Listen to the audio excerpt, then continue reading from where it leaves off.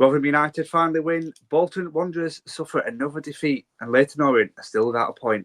Welcome to the League One Lowdown review episode.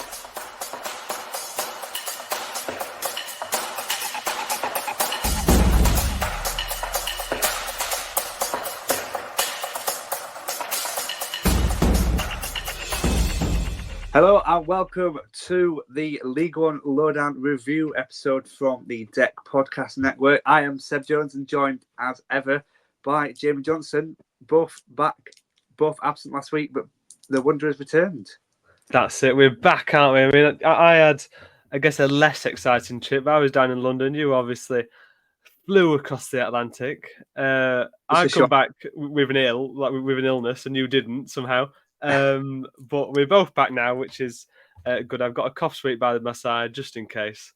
But yeah, back to the usual, doing our weekly podcast.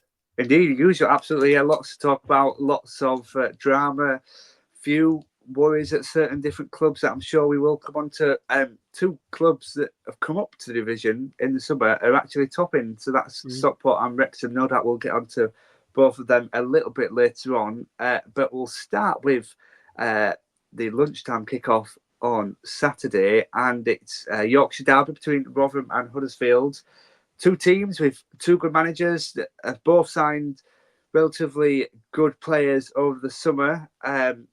Both have had a sort of varying degree of success over the season so far, particularly when it came to Rotherham. Rotherham had struggled and not yet scored a goal in the league up until the game, Jamie. Yeah, 70-something minutes it took, didn't they? They went 1-0 down. Huddersfield down to 10 men, and they got that penalty. Johnson Clark Harris slotted away, and then in the 90th minute, Malik Wilks, he's been around a bit, been around about every South Yorkshire club you can imagine. Hull as well for a time. He's on loan, obviously, from Sheffield Wednesday. Scored in the 90th minute, and cue the Steve Evans celebrations. But no, finally, we've not seen him in a while, have we? No, he's been saving them up, so he made the most of it. Some funny videos going around on Twitter or X. But yeah, finally a win, and it was one maybe we saw coming. I know Seb on the preview episode, Sam and Callum talked about it, and they sort of had a bit of a sense that maybe this was the sort of game where you're going to grind out a result in front of the Sky TV cameras and that early kickoff, Yorkshire derby, so on and so forth. And they have managed to do it. And it's the sort of game that might really kick them on. Once you get that first win on the board, the first real points of the season, it really could make a difference. And I think it might be a bit of a turning point, to be honest, Seb. Yeah, particularly going down 1-0 and then coming back up in a Yorkshire derby against the 10 men of Huddersfield. Huddersfield actually did really well to go down to 10, as I said, and then they actually they scored a couple of minutes later, didn't they? Yeah, they did. Yeah, so they did really well. But it's two summer signings combining for Steve Evans' men. First goal from Johnson Clark Harris, as you said, and Malik Wilks. So evidently, they did a lot of business over the summer window, and two of the signings have come up with the goods in the Yorkshire derby. But yeah, no doubt, I think they'll be very happy. Steve Evans finally points on the board in a Yorkshire derby. There's always bragging rights there, so he'll be very pleased, I'm sure. Interestingly enough, it's come out. Danny Ward got the red card for Huddersfield. And Danny Ward used to play for Steve Evans in his first spell at the club, first managerial spell at the club. And interesting, Evans has come out. The red card was for the elbow, Danny Ward on Jamie McCart, Rotherham centre half. And Evans has said that's not Danny Ward I love and know, so sort of basically alluding that it was a straight red card. But then Martin Patterson, the Huddersfield assistant, has sort of come out and said there hasn't been a decision of yet as to whether they're going to appeal it. So he seems perhaps to imply that it's a bit of a soft red card, perhaps. Yeah. What do you reckon, Jamie? It was an elbow. You can't do that. Yeah, they're hard to judge, aren't they?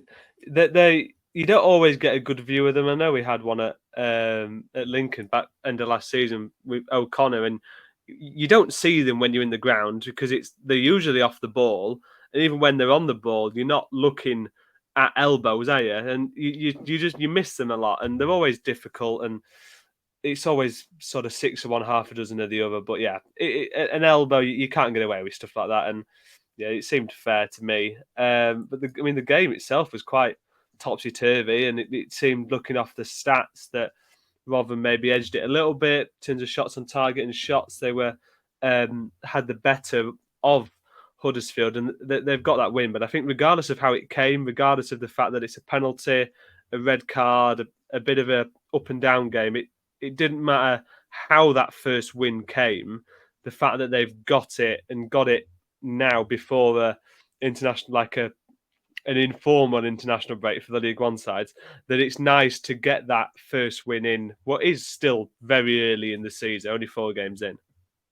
Yeah, massive. Yeah, like I said, it's still very early, but to get the first points on the board is great. It's great, I think, for Steve Evans. But yeah, you do need a little bit of luck to go your way, as you said. The red card, penalty for Clark Harris, stepping up.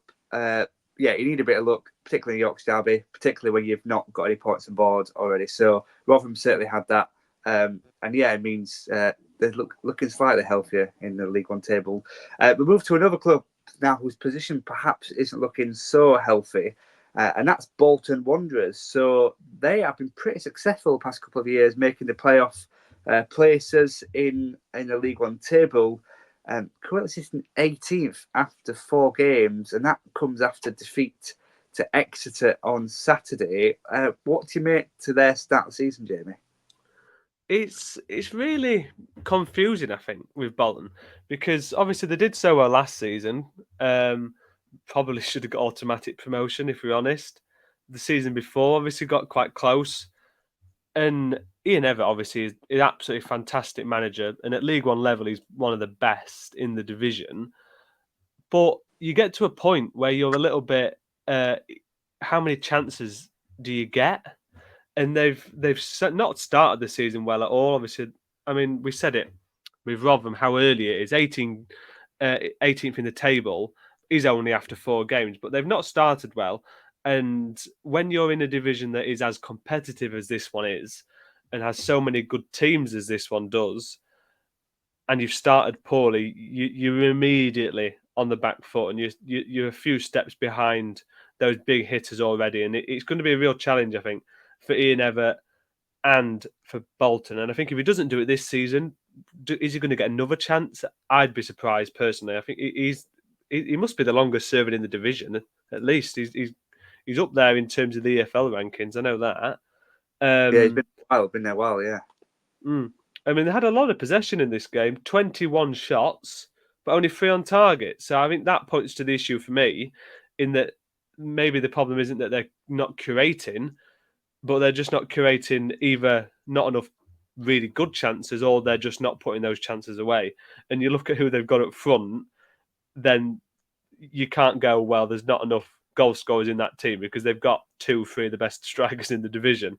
So it's a real difficult sort of situation, I think, for Bolton. And I mean, it's a great result for Exeter, obviously, on the flip side. 2 shots on target, 2 goals, and a clean sheet away from home.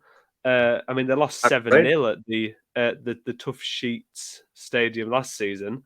Have to be careful, get the teeth in for that one. Yeah. And to sort of a 7-0 last season, 2-0 win this season, that just turnaround on its own is quite remarkable. And you've got to talk about the other side of it. Obviously, the focus is Bolton, and rightfully so, really, because it's a team you expect to be at the top of the table. But it is a good result for Exeter, and they've played well to get it. Yeah, I'm just going to pick up on what you said a little bit before in terms of they are creating chances, they're just not scoring them. They've only actually scored 2 goals so far this season in 4 league games. And you talk about who is options up top. You've got they brought in John McAtee over the summer. You've got Dion Charles. You've got Victor Adebayo. You've got Aaron Collins. These are all good League One options, and they're just struggling to put it in the back of the net. Why do you think that is? I don't know. It would be the honest answer. I can't put my finger on it at all, because you just look at it on paper and how good they are, and then you look at how Exactly. good they Yeah. were last season, because obviously Dion Charles was fantastic last season. Aaron Collins, a bit of an injury issue, didn't he, last season? But he was still, when he was there, performed really well. And they've added to it, and Adebayo obviously very good as well. And they've just got one of the best attacks in the division, probably the best attack in the division before Stansfield signed for Birmingham on deadline day. But it's just not clicking at the minute, and I don't think it's a personnel problem. Maybe a confidence issue, a structure issue within the team. You get to a point maybe where you've listened to the same voice for so long that it becomes difficult to take that in, and any changes that need to be made. But you're sort of clutching at straws to find the root of the problem, and that's what makes it so difficult, I think, for Ian Ever, is that it's a difficult situation to find the problem of. It's like you're trying to stop a leak, but the hard part's finding where the leak's coming from. And I think that's maybe the issue with them. And they're struggling to find the source of the problem, and that'll be the positive of the international break, is that they'll have that time a little bit more after the Bristol Street Motors Trophy game in midweek to fully focus on trying to fix whatever it is that's going wrong at the minute. Yeah, and echoing again what you said here, just a little shout out for Exeter and Gary Caldwell. Won 2 out of the 4 games, currently sitting 10th in the league as well. But the victories have come against good opposition in the opening day win at home to Rotherham, and then, of course, beating Bolton. They're 2 top teams, and Exeter have done really well to get 3 points against those. The results have been sandwiched by 2 defeats in the middle to Peterborough and Northampton, which I'm sure they'll be disappointed with. But to get 3 points, certainly away at Bolton, is a great achievement. And the signings that Rotherham have brought in, that's 2 good wins, and sitting 10th in the league is no laugh matter at all. You know, that they're showing that there can be a force to be reckoned with so far in the start of this season so far. So 10th for them, I think, is really good. So yeah, we praise an Exeter, but then we sort of criticising Bolton at the same time. Yeah. It's a good result away from home. I think any result in the division is a good one, and Exeter, obviously, a team you probably expect to float around mid-table, lower mid-table, and to pick up 3 points at a place like Bolton's, obviously, it's a fantastic result. And they're one of the teams that you never know who out of that mid-table sort of packet is going to go on and have a better season. And there's no reason why it can't be Exeter. I probably don't think it will out of that sort of selection. Obviously, there's a few in that rotation. Lincoln, obviously, 4th at the minute. Stockport, atop of the table. But Exeter, it is a good win regardless. And it is worth a mention for their victory, because it takes 2 to tango and all that. And Bolton could be awful, but you've still got to put the ball in their net, haven't you? And Exeter obviously did that. And yeah, it's a really, really good result for Exeter. So well done to them. Absolutely. And another team that managed to secure a 2-0 victory away from home at the weekend was a certain club in Wales, and that's Wrexham. So they beat Peterborough 2-0 away from home. A little bit of inconsistency, though, from the home side. What do you reckon, Jamie? Yeah, I think it's another one that's a little bit hard to judge, isn't it? Like the issue at Bolton. It's classic Peterborough, though, isn't it? Really, and maybe classic Darren Ferguson. Obviously, we had him at Doncaster, and he's one of those where you never really know who's going to turn up. You could win 4-0, and then you could lose 4-0 the next week, and you're not going to be sitting there going, "How's that's happened?" It's just that sometimes does. And with Peterborough, probably less so than in recent memory, but they've not started this season well. Obviously, they lost a lot of players in the summer, a lot of key players, both in attack and in defence, and maybe there is just a bit of a bedding in process there of regardless of how good Peterborough are at recruiting and bringing in these players under the radar, non-league or wherever, and they're coming in and taking them to the next stage of their career. That takes time to bed in, and maybe that's just the price they are at the minute, early doors in the season. And Wrexham aren't a team to be taken lightly. Obviously, they're up there at the minute in terms of the table, and they're always going to be there or thereabouts, weren't they? Of Really, in course, terms of the top yeah. half at the very least, just as sort of the money and the backing and the players they've got. But I think that the issue I would point to in this one was Peterborough with 70%, 70 and no shots on 0, target. It's poor. Which that doesn't correlate for me, and that would be my concern. Obviously, I didn't watch this game, but if you're sat there and watching your team have 70% of the ball and not have a shot on target, that is a real problem, and it shows maybe they're just having pointless possession, I guess it's probably too harsh a word to give it, but you're just passing the ball around and it's not going anywhere. And Wrexham, we know they're very capable of not having possession and playing on the break, long ball or whatever, but there's nothing wrong with that style of football, different ways to win a game or whatever. And they do that very well, and they've obviously done it very well here. 30% possession, they've won comfortably 2-0 away from home. Peterborough have lost both of their home games so far this season, which I think, that would be my other concern in the league anyway. And they've got Lincoln next, which I'll come on to after you sort of see if you agree with that sort of thesis of just how disappointing it is that you have so much possession and do absolutely nothing with it. Yeah, no, I agree absolutely. It almost seems a little bit of a waste. A waste of possession really to have that dominance in the game and to not really do anything with it at all. That's caused the defence any major issues. 0 shots. It's poor really, especially from a side that, despite the sales, have still got quite a bit of quality in the side. Particularly up front, still got the fullbacks are still bombing on. So a lot of attacking talent in that Peterborough side. So I like you, would be concerned with that 70% possession, zero shot stat. But then I guess was that just Wrexham being just more effective when they had the ball? 30%. Yeah, I mean, Wrexham are a very good team, aren't they? You know what I mean? Yeah, they're a good team. Yeah, again, sort of two sides to the coin. But I agree. Yeah, Peterborough have got to do more with that dominant level of possession, definitely by far. I think not to have just one that's the bit. It makes it's mind-boggling. It's really, obviously worse, but that's the bit that makes it so mind-boggling and confusing. In the fact that they've not even just had just a shot from 40 yards or something. Just with all this possession, they've not got anywhere with it. And I mean, I'll see if I can find like touches in the opposition box sort of stats and that sort of thing. But just to not have a shot, it's inexcusable, isn't it? Really. It's poor. Yeah. I mean, why total and one big chance. But it's just.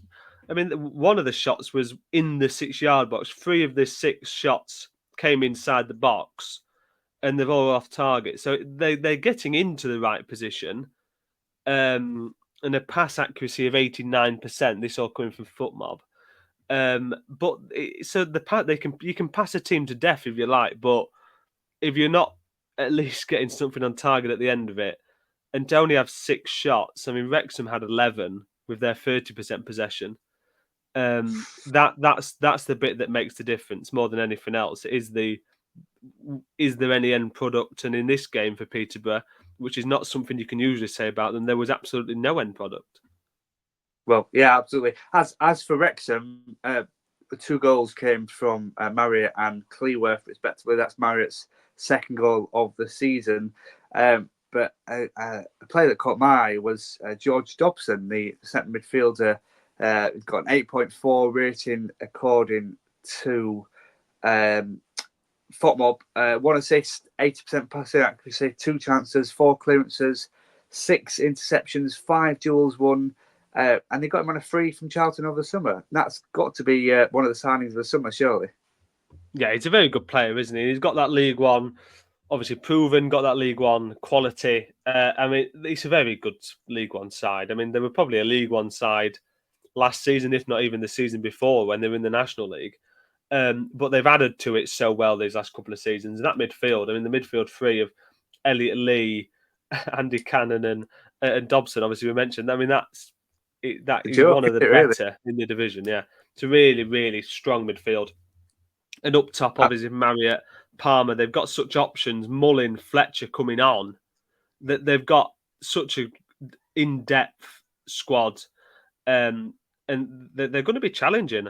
And as much as it's obviously panic stations a little bit for Peterborough, the fact that they've 2 home games so far this season, lost them both 2-0, that they've, on the other end of it, Wrexham are doing so well and are playing some very good football and not doing it in the most stylistic way or the most modern football way, but they're doing it in a way that works for them. And there's absolutely nothing wrong with that. I'm a big fan of football that maybe isn't as eye-catching. If you know what's described as eye-catching. Yeah. So Traditional. I mean, traditional. I'm happy with that. But there's more to it than lumping it long, isn't there? And they curated almost double what Peterborough curated from less than half of the possession, which tells the story of a game, doesn't it? That. So yeah, all credit to Wrexham. Bit like we said with Exeter, the focus perhaps the team that lost, but 2 teams, Exeter, Wrexham, that have gone away from home and done a job over 2 of the biggest teams in the division. Absolutely, yeah. And I've just finally on George Jobson, I've been quite a big fan actually since his Walsall days back in 2018 when he was playing Barnsley quite a lot in that time. But yeah, it's great signing for the Welsh club, and it means that they currently sit second in the table, which is pretty good going by. And it doesn't really get any easier for Peterborough. It's worth mentioning before we sort of move on. Obviously, the no game next weekend, their game against Orient, scrubbed off. Then they've got Lincoln, who we're going to talk about in the second half. But away from home, if my sort of calculations are right, including last season, 11 away games unbeaten, which stretches back until February, March, I think, maybe even longer than that. Yeah. I think it was Blackpool, which was New Year's Day, so that stretches back to January, and they've not lost away from home since then. And they're facing a Peterborough side who have lost both of their home games so far this season. Then they've got Bristol Rovers, who are never an easy team to face, and then it's Birmingham. So it doesn't get any easier for a team that needs an easy game, perhaps, to find their feet properly and kick themselves into gear. But it only takes one game, doesn't it? I mean, like we mentioned with Rotherham at the start, and one result can kick your team into gear. But Peterborough, I think, are another one that need that after being a bit lacklustre these first few games. And yeah, inconsistent would be the word to sum up Peterborough early on this season. I am in full agreement with that in terms of Darren Ferguson's side, currently sitting 11th in the table after 4 games and 6 points on board. We're going to take a slight break and we'll come back after the little pause to discuss away wings for Lincoln, Barnsley, and another defeat for rock bottom Leyton Orient. We'll see you in a moment. Welcome back to the League One Lowdown, I beg your pardon, as part of the Deck podcast network. Lowdown indeed. Myself, Seb Jones, alongside Jamie Johnson as ever. We've been through 3 of the fixtures that caught our eye across the weekend. We're going to discuss 3 more before looking at results elsewhere and a few other talking points in the league as well. And the mighty Reds, Jamie, once again, a victory away from home. Yeah, Lincoln City did well, didn't they, Seb? So I've got the running order in front of me. I know you're teeing me up to talk gospel about your Barnsley. But yeah, a 3-0 win for Barnsley, in all seriousness, away at Crawley.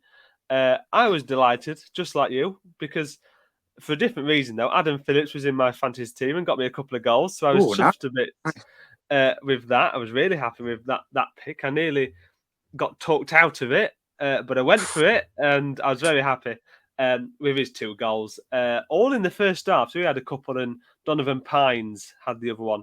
And if it was anything like when Barnsley came to Lincoln, I'm sure the away end was chanting USA, USA when he put that ball in the back of the net. And looking over sort of the stats and how the game looked, I'm assuming you'll probably be able to give me a bit of a better picture. But 8-1 on shots on target, 2.6 XG. Obviously, that includes the penalty. One of Phillips' goal was from the penalty spot, but that's still a good return. And they're hitting form. They're hitting form, Barnsley. That cup win against the Blades in midweek. Sheffield United, obviously, a good result. Beat Lincoln, as I mentioned. A couple of blips in between that with a Bristol Street Motors trophy loss and a draw to Northampton.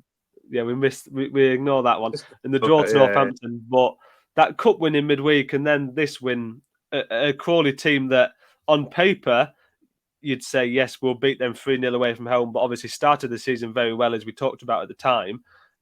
It's a good result and positive signs for Darrell Clark. Yeah, I agree. You mentioned Adam Phillips bagging 2 there. Got 9.3 rating from FotMob. He's got 25 goals from 97 appearances in his Barnsley career so far. And actually, over the last 3 games, you speak about the team, but in terms of the individual, Adam Phillips got a goal against Northampton at home, got an assist in the Cup at Sheffield United, and has scored 2 goals against Crawley. So that's 3 goals and an assist in his last 3 games. So he is picking up form, as is the whole team, scoring from all over the pitch, really. We're missing Sam Cosgrove. I think it's a calf injury that he has. So he missed the Sheffield United Cup win, and he missed the game at the weekend as well. So Max Waters starters up front. But then he was withdrawn after 10 minutes because of injury. So the young lad, Aidan Marsh, 21 years of age, led the line for the Reds for most of the game and did quite a good job, actually. Just unlucky to not get on the score sheet. But yeah, Phillips impressed throughout the game. I thought it was a pretty one-sided game, I'll be honest with you. I wasn't that impressed with Crawley. There seemed to be gaps all over the pitch. Every time Barnsley came forward, just looked like they were going to make it a chance or score a goal, or it was just a dominant display, really. And as you mentioned there, chance of the USA when Pine scored the opener from the Corey O'Keefe corner, and that's his 4th goal in 9 appearances for the Reds. So not bad going for a centre half. So pretty dominant. What a player! Pretty dominant display I had from the Reds. Crawley, I don't know. I think there's a start just went out the window. Because literally from minute 1, Barnsley could have scored. Max Waters hit the post within 50 seconds. They could have been 1-0 up within a minute. So, and just from there, it was I don't know, just one-way traffic, really. Crawley didn't really threaten that much. It came out better second half, but particularly in that first half, it was just one-way traffic throughout the match, really. And the Reds, as you said, comfortable victory away from home, as you'd expect. But you have to go to these sort of teams. You have to collect these sort of results. And they sit 4th in the league table, 7th in the league table. Being optimistic, 7th in the league table. Yeah, we'll get to the team that are 4th in a minute. Don't you worry about that. But just wishing away, you know. Yeah. On the 2 points you sort of bring there, I'll do Crawley first, because for me this is the Crawley everyone expected. I think just getting blown away at home against a team that are better on paper, more physical, better quality, got a star like Adam Phillips, just getting blown away and dominated by a team like that. But obviously they've started the season so well that those expectations sort of died down. Perhaps they're sort of coming back, and that early flash could be dying out just as it was getting going. The other side of it I wanted to touch on is that the striking options at Barnsley, because that's the other part for me, that a 3-0 victory is quite interesting, that you haven't got a striker, really. Cosgrove, for me, at the start of the season, I remember we talked about it on one of our preview podcasts, that Cosgrove was obviously the man to replace Devante Cole, and how good he was, and the goals Devante Cole scored, the 20-goal-a-season striker. Sam Cosgrove, for me, isn't a 20-goal-a-season striker. As good as his finish was at Lincoln the other week, for me, I don't see him being that. Max Waters, I don't see being a 5-goal a season striker. I think that would be a good return for him. And that's Yeah. really, they're the options, aren't they? Obviously, you mentioned young Well, Marsh came on. Well, until deadline day, where Barnsley brought in Stephen Humphries on a free transfer, yes. and Keeler Dunn. Is it Keeler Dunn? Yeah, from Mansfield. Yeah. So we have actually strengthened. I'd absolutely take your point, 100%. We've been calling out for a striker probably since last summer. We never really had a backup to Cole and McAtee and Cosgrove as the three options last year. We were calling for another option in case the worst happened and Cole got injured. That fortunately never happened. But now Cole's gone. You're right. Cosgrove isn't great. Well, he is great, but he's not 20-goal striker. I think Cosgrove is very good at what he does, but yeah, he's not a 20-goal season striker. No, I agree. Yeah, and Max Waters has struggled massively. He was playing for the under-21s a lot last season. Marsh is not League One quality, although he's from Barnsley. He went to the same school as me. I've got to be honest. He's not a leading man for a League One player, for a League One club, in fact. But yeah, so Barnsley got 2 deadlines secured on deadline day. So Stephen Humphries, former Wigan Hearts player, centre forward, physical, signed 1-year deal with an option for an extra year in the club's favour. It's what you needed, isn't it? That really. Obviously, the Keeler Dunn one is a very, very good signing, and that was one that picked up the headlines a little bit, didn't it? Yeah.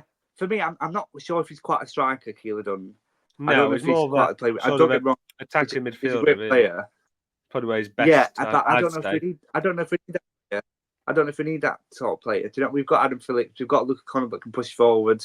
Yeah. Connor Harrihan in his prime. We brought in and Wakali. He's not played yet, but anyway. But then we brought in Keeler Dunn and we've got in Stephen Humphries. But to me, that's like a James Norwood type character. Sort of brings a bit of character, a bit of physicality, which is what Barnsley need. But he has got a bit of pace, so he can press the back lines of defences. So yeah, Barnsley have strength of their attacking line. I think some were hoping for 1 or 2 more, perhaps, in the top end of the pitch. But I do agree. I think particularly now we've got not an injury crisis, but if Cosgrove, we don't know how long he's out. Waters, as I said, went off early, and then you're forced to play Humphries, who might not have had a proper pre-season in for his first start on Saturday. Because as good as it is that he's sharing the goals around, and obviously Phillips scores, Pine scores, you can't rely on that every week. No, you can't. No. But the deadline day business points in the right direction, and it takes time to bed in. And if you get that couple of weeks where you've got to catch them up to where they need to be, get them up to speed and everything that, then you, in a way, you can be a different team again, can't you? With that extra reinforcement up front, and it could out of nowhere, really, out of what everyone was pegging as a rebuild season, or at least we were pegging as a rebuild season, could turn into a very positive season. Yeah, absolutely, yeah. And Darrell Clark's done really well. Not to blow on too much about Barnsley, and I promise we will move on to another team. But Clark's done really well to adjust his tactics in the past couple of days to adjust for the type of opponent we were playing. So against Lincoln, he played very tall, physical sort of centre halves with Josh Earl as left wing back, who's never really played there before, to sort of exploit Lincoln's right hand side. And then yesterday, just sort of got it right in terms of, he played one striker, Waters, who then went off for Marsh, but just playing the one striker meant that we held the ball really well in midfield and pressed it really nicely. So, yeah, and we didn't see that last season in Neil Collins. So, Darrell Clark has done a great job. So, I'll stop bigging up Barnsley now, and you can have a chance to big up Lincoln City, because they, again, were victorious on the road against the former Steve Evans as Stevenage. That's I won't spend as long on this one because there isn't a lot to say. It's a 1-0 win away from home, and it's a grinded out result. I mean, I was at Gainsborough, who are non-league, so that'd be step 3 in the Northern Premier League, their FA Cup game. But I was sort of sent the match report. We had a reporter at Stevenage. I got sent the match report, and sort of the words were hard fought, battled, that sort of feeling. And you watch the highlights, you read the words, and that is exactly what it is. The players, the manager saying it themselves. Not easy on the eye, but hard fought, and they've ground out a result. And it's a proper away performance and a proper away win. 1-0, a penalty, 15, 20 minutes to go. Jack Morgan on his first start of the season slots it away. And that was the difference. And that was it. Just one penalty in a game where neither team, by the sounds of it, played that well. Stevenage used their street smarts, I guess would be the politically correct term, and sort of dragged Lincoln down, especially in the first half. And then in the second half, Lincoln sort of got through a little bit more, and it's a sign of a good team. Would be the sort of the cliche to take away from it, was that they've gone away to a tough place to go, like Stevenage. Even without Steve Evans, they've got obviously Alex Ravel now, and not an easy team to play against. People like Pia Gianni in defence, who got into a little bit of a scrap with O'Connor, who got himself sent off. But they've gone there, got a result, and doesn't matter how you do it, they've come out with the 3 points. And that is the difference. And I think that's a Lincoln trait, a trait that Lincoln didn't have last season. And that could make all the difference. They're 4th at the minute, obviously, at this early stage. And the ability to go somewhere, not play very well, and come back with a result is crucial in this division. And I think they've got it at the minute, Lincoln City at the very least. And a really, really fantastic result for different reasons to how good the Barnsley result was. For Lincoln, a tremendous 3 points. Yeah, and sometimes you just need those scrappy 1-0 away wins to grind out a result, grab the 3 points, and get the motivator back home. Sometimes you just need the sort of results, especially against a team like you said that sit well at home. Yeah, it was Lincoln's Michael Scabala's first game as Lincoln manager against Stevenage last season, and they got roughed up, like duffed up a bit, and done over. Lost, I think it was 1-0 in the end, but they've sort of just been done by a physical team. And you look at it, however many months on, 9 months, 10 months, and they've gone there and they've beaten that team playing in the same style of football.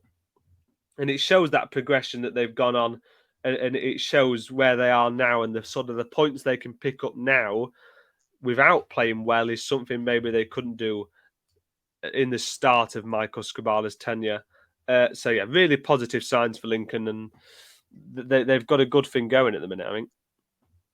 Good, glad to hear it. And then the final sort of game we're going to look at in a little bit of depth is a team that doesn't have a good thing going. Absolutely not. Yeah. Well, 2 teams really. Yeah. 2 teams that have sort of been towards the bottom end of the table, but in particularly Shrewsbury against Leyton Orient. So Leyton Orient, the only team in the league without a single point so far. Sorry to the preview host Sam, if you're listening, which I hope you are. Yeah, not You'll looking turn great. it off as soon as you say Leyton Orient. It's just, it's just like a sort of a pretend it's not happening. But yeah, obviously, like I said, the only team without a point. And that's really confusing for me. I'll ask you. I mean, I didn't see it coming. I don't think anyone saw them being as close to the playoffs as they were last season, because obviously they did so well before. Sort of went off the boil a bit. They lost to Lincoln on over the Easter weekend, and that sort of killed their playoff surge. But they did so well even to be that close to it last season. Yeah. But they really sort of started off the boil. They got that cup win at Millwall last in midweek. But that sort of momentum you expect to get from a cup win like that didn't materialise, did it? They've struggled for goals a little bit. My last point before I hand back to you, Seb, they've scored 8 goals so far this season, but 4 of them came in an EFL Cup game against Newport. They've only scored 4 goals in the rest of their games put together.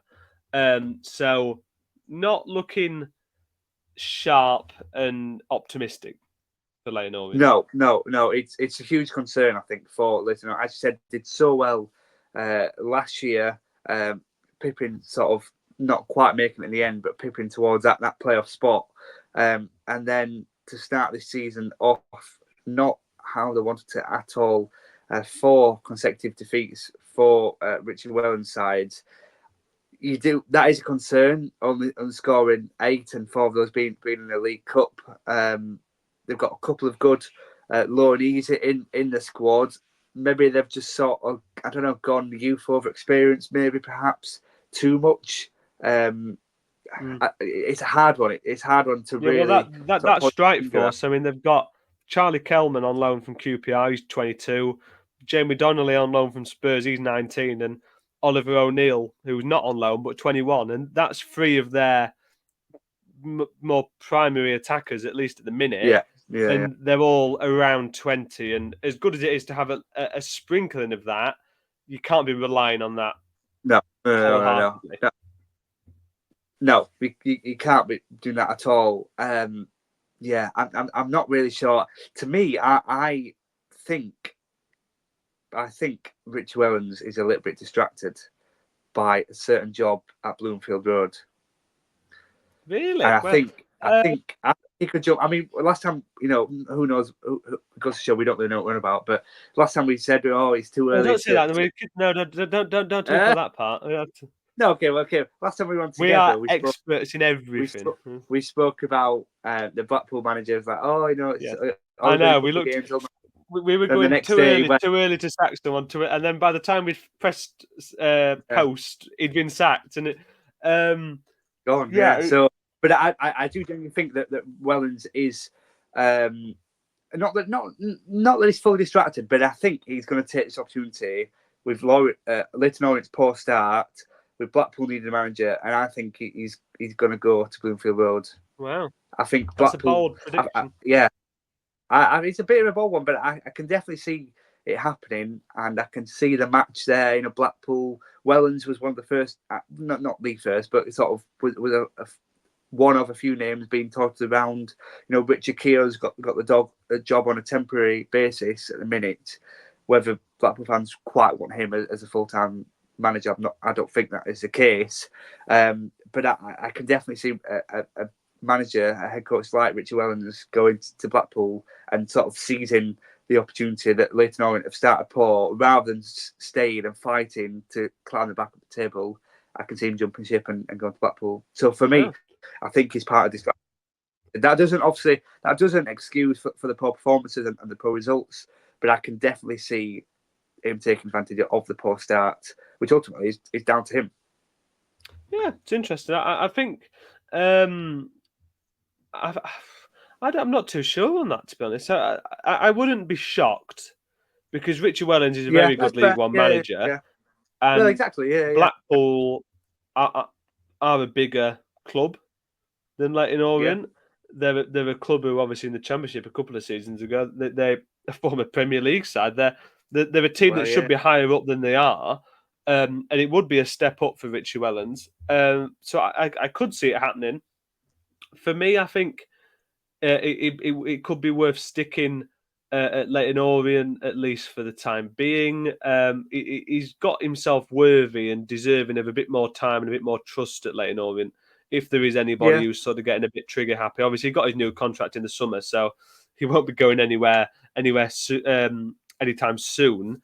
And that would be my only thing that tempers any expectations that he could be moving, was that payout would have to be, you'd assume, sizable, signing his contract in the summer. Well, yes, yeah. That could be a factor that plays into it as well, that they have a bit of insurance there, Leyton Orient. But, I mean, obviously, Sam will be able to give a bit more detail on what won't be a stacked preview podcast with very little happening at the weekend. Maybe they'll have to get Richie Wellens in at Blackpool before Thursday, so they've got something to talk about for an hour to fill with the lack of games this weekend.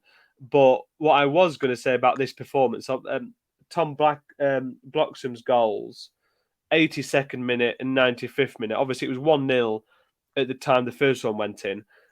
Is it perhaps a case where Leyton Orient were pushing forward and just left themselves a bit exposed, and 3-0 looks a lot worse than what it actually was? Or on the other side of it, it could have been a 3-0 performance. So it's hard. Maybe I'm giving them the benefit of the doubt there a little bit. It's sorry. You just take the glasses off. Is that Sam there? Just take the glasses off. Is that Sam giving Orient, sticking up for Orient? You know. Well, I'm keeping him on side for when we're both next away and we need someone to step in again. I've got to keep him on side. No, I'm just kidding. Yeah, possibly. Yeah, he is our go-to Orient man, so I'm sure he'll be able to rant and rave. I know particularly on transfer deadline day wasn't too happy with some of the incomings, or well, maybe not. He wasn't necessarily not happy.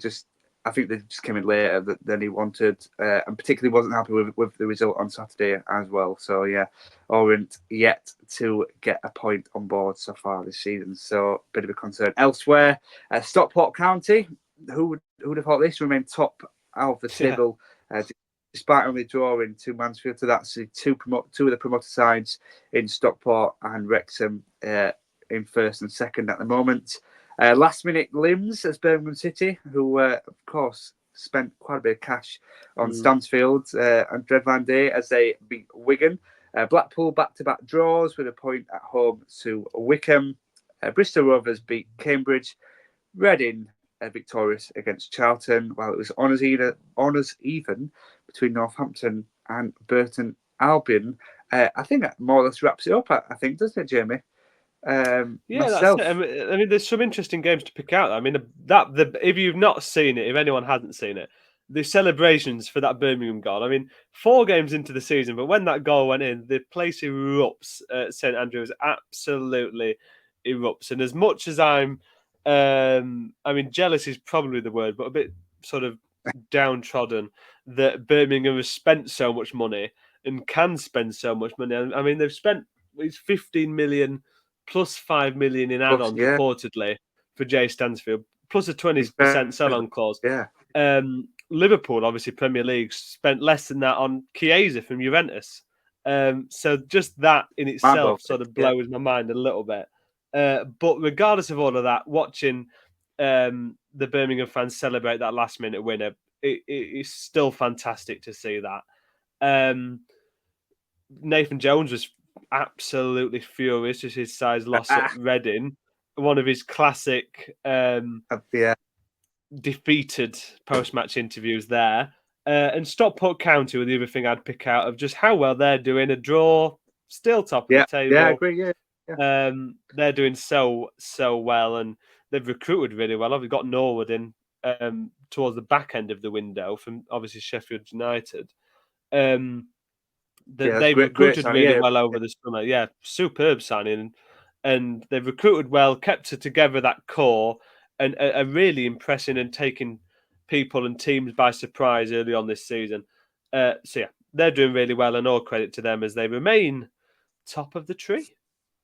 Absolutely. And I can imagine the shows next week might be slightly shorter, given that as things stand, there's only 3 League One games going ahead. There's rumours earlier that Barnsley's opponent, Barnsley versus Bristol Rovers, is one of 3 games still going ahead, but Bristol Rovers have had 2 international call-ups and they need 1 more to call postponement. So who knows? We're coming down to 2 next week. So, but yeah, there'll be half an hour on each match next week, everyone.